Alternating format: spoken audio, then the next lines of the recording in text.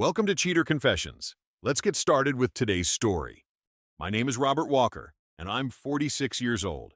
For 20 years, I believed I had built a marriage that could survive anything. I was wrong. If you'd asked anyone in our town outside Charlotte who had the strongest marriage, most would have pointed at Audrey and me without hesitation. I owned a home renovation company called Walker Custom Homes. I started it with one pickup truck, a borrowed trailer, and more confidence than money. 20 years later, we were remodeling luxury homes all over Western North Carolina. Audrey used to joke that I could rebuild anything. Turns out, she was wrong too. We met while working part-time at a hardware store during community college. She worked the customer service desk. I loaded lumber into people's trucks. One afternoon, she watched me carry 16-foot deck boards by myself. "You know they make dollies for that," she called. I smiled. "Yeah, but then I wouldn't have an excuse to come talk to you." She laughed. That laugh became the reason I kept picking up extra shifts. We married less than a year later. Our daughter Emma arrived the following spring. Money was tight back then. I'd spend 10 hours swinging a hammer, then come home and work estimates until midnight, while Audrey finished her business degree at the kitchen table. Neither of us complained. We were building something. At least, I thought we were. Over the next 2 decades, everything improved. The company grew. Audrey became marketing director for a regional healthcare company. Emma grew into a smart young woman who had inherited Audrey's confidence and my stubbornness. We bought 5 acres outside town, built our dream house ourselves, and spent weekends grilling on the back deck I'd built with my own hands. Looking back now, I realized something. A house doesn't fall because of one bad board. It falls because small cracks go unnoticed. The first crack came 6 months before everything exploded. Audrey suddenly had meetings 3 nights a week. "New campaign," she'd say while grabbing her purse. "You'll probably be asleep when I get home." I never questioned it. She'd supported me through 20 years of long workdays. I trusted her enough to do the same. Then one Friday evening, I reached over to kiss her goodbye before leaving for a job site. She pulled away just enough to answer her phone. I heard her smile before she spoke. "I'm leaving now," she said softly. Then she looked at me.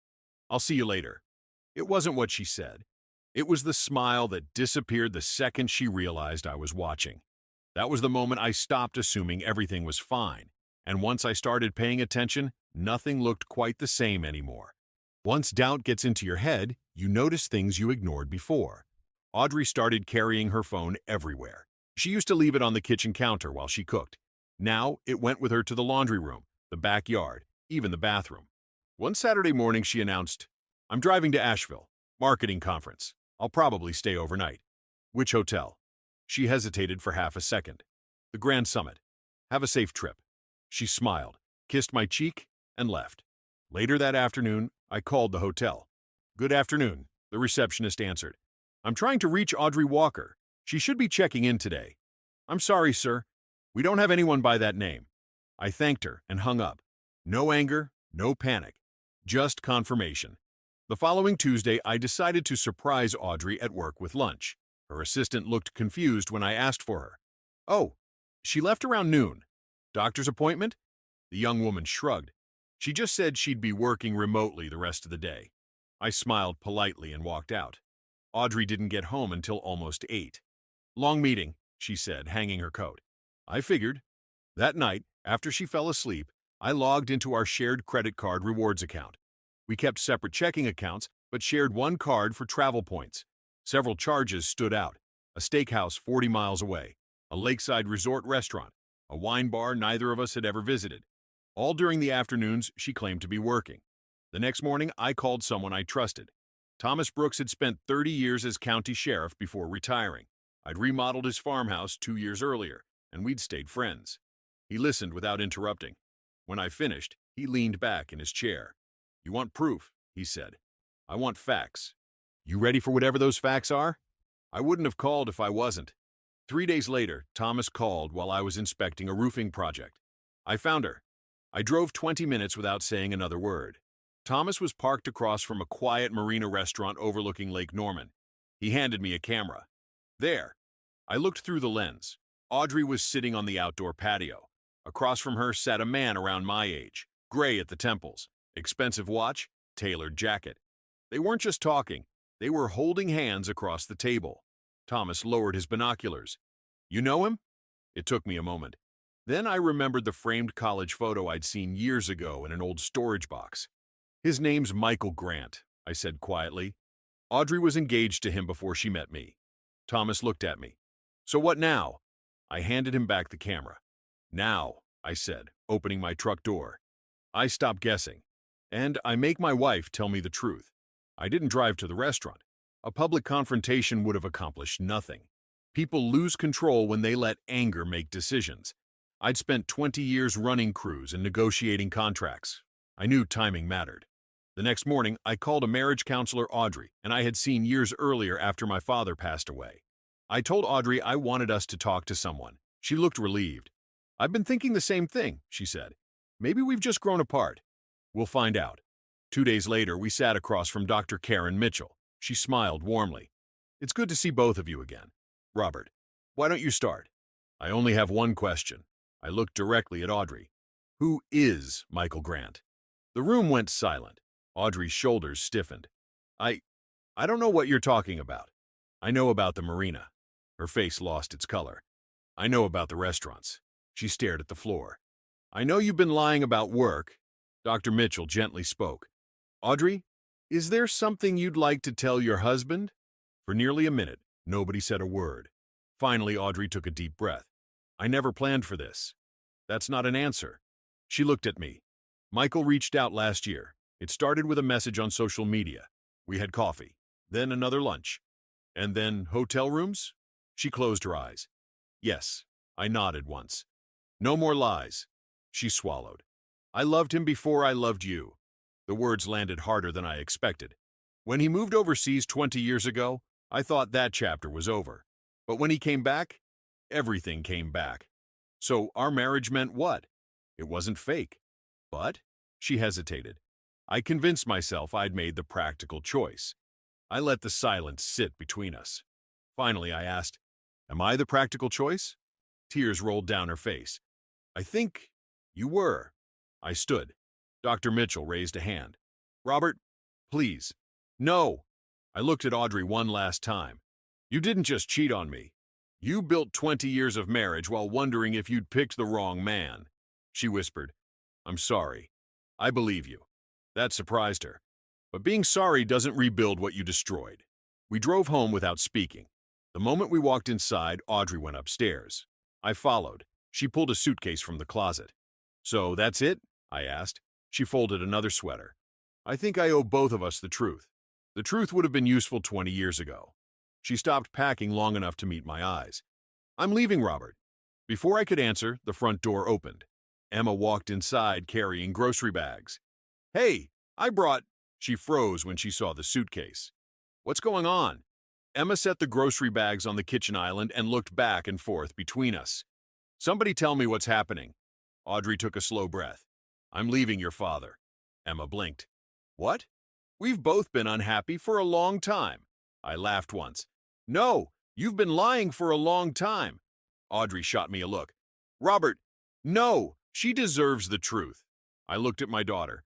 Your mother has been having an affair with a man she used to be engaged to. Emma stared at Audrey. Mom, is that true? Audrey nodded.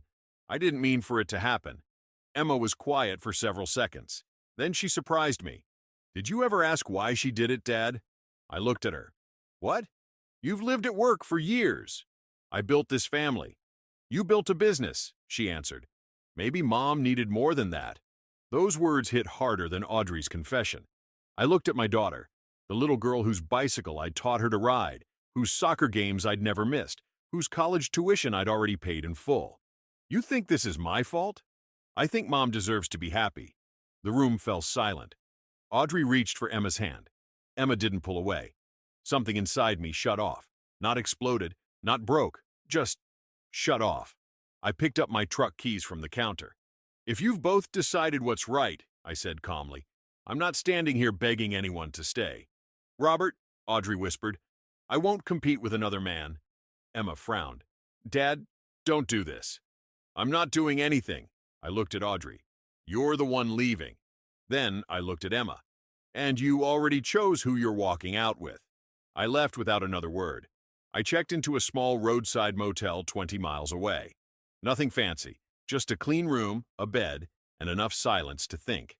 3 days later, I went back to the house while Audrey was at work. I wanted tax records, company files, and a few personal things. While cleaning out a cabinet in the garage, I found an old plastic storage bin hidden behind Christmas decorations.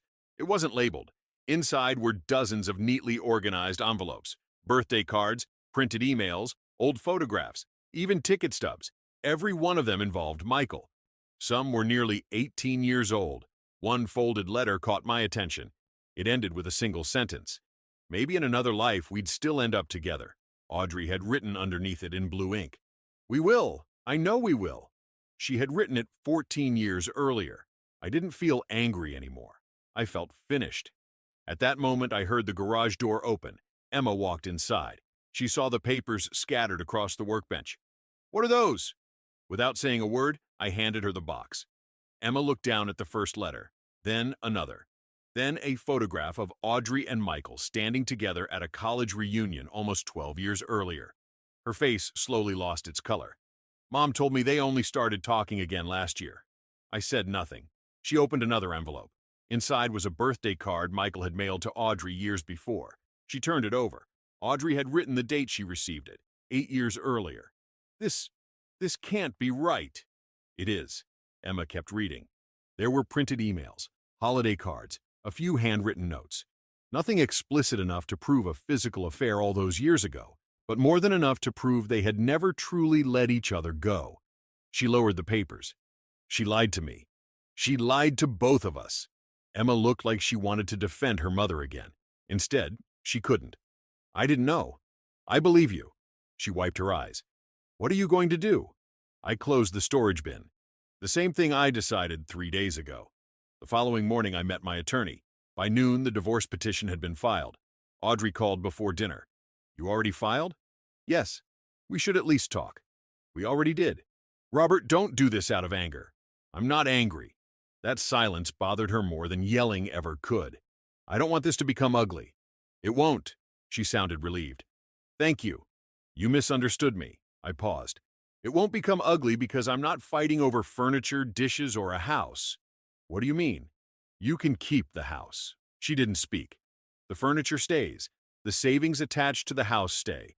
I'm keeping my company, my retirement account, and everything that belongs to me personally." You're just giving me the house?" "I'm giving you exactly what you wanted." "Robert, no," I cut her off. "I'm not spending the next 2 years arguing in court while you build a new life with someone else." A week later, we met with both attorneys. Even Audrey's lawyer looked surprised. "My client understands you're entitled to a larger share of the marital assets." "I understand that too," I replied, "but I'm declining." Audrey stared at me across the conference table. "Why?" I looked her straight in the eyes. "Because every brick in that house reminds me of promises you didn't keep. I built it with my own hands. I can build another." Then I stood. "My piece is worth more than square footage." I signed the agreement, picked up my briefcase, and walked out without looking back. For the first time in months, I felt like I could finally breathe. A year after the divorce, Walker Custom Homes was larger than it had ever been. I expanded into commercial renovation projects and hired 2 new crews.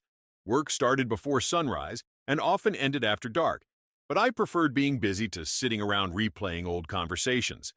I rented a small house near Lake Wiley and kept my life simple. Then Emma showed up at my office on a Thursday afternoon. She looked tired. "Can we talk?" I closed the blueprint I was reviewing. "Sit down." She remained standing. "Mom sold the house." I leaned back in my chair. "That was her decision. She and Michael bought a place near Raleigh." Emma's voice tightened. "She didn't even ask if I wanted anything from the house before the movers came." I said nothing. She stared at the floor. "My room is gone. The treehouse is gone. The garden you built is gone. Those things belonged to a chapter that's over." She looked up. "I was wrong about you." I waited. "I thought you were cold. I thought you cared more about work than family." She took a shaky breath. "After I read those letters, I realized Mom had been living in another relationship for years. You weren't the one who checked out." The apology hung between us. I didn't rush to make it easy for her. Finally, I said, "Trust isn't rebuilt with one conversation." "I know. She reached into her bag and pulled out a folder. "What's this?" "My graduate school project." Inside were plans for a property management and renovation consulting division. "I've been working on this for months," she said. "I think your company is leaving money on the table." I flipped through the pages. The research was solid.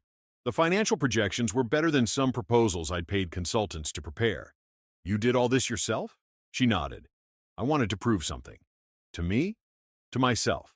I closed the folder. "If we do this, you earn your place like everyone else." I wouldn't want it any other way. That Saturday, I took her to a renovation site. No speeches, no dramatic forgiveness. I handed her a hard hat and a clipboard. "Start with the inventory list." She smiled for the first time that afternoon. Over the next several months, she worked every weekend, learning estimates, subcontractor scheduling, and client meetings. One evening, after a long day at a downtown project, she locked the office door behind us. "Thanks for giving me another chance, Dad." I looked at her. "I didn't give you another chance." I handed her the truck keys. "You showed up and earned one." And for the first time since the divorce, I felt like I hadn't lost my family completely.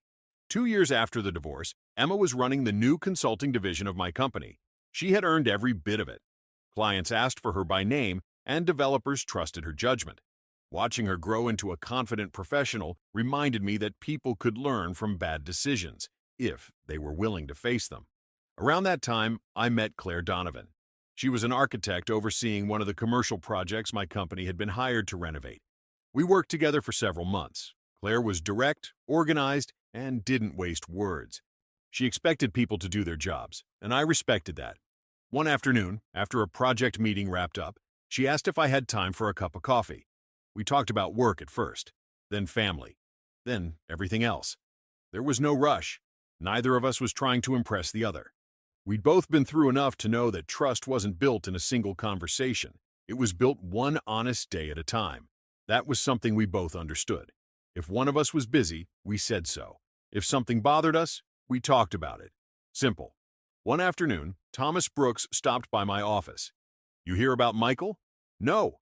He invested most of his and Audrey's savings in a commercial development." "Bad investment?" "Worse." Thomas sat across from me. "The project collapsed. They lost almost everything." I simply nodded. "There's more." I waited. Michael was seeing another woman. I looked out the office window.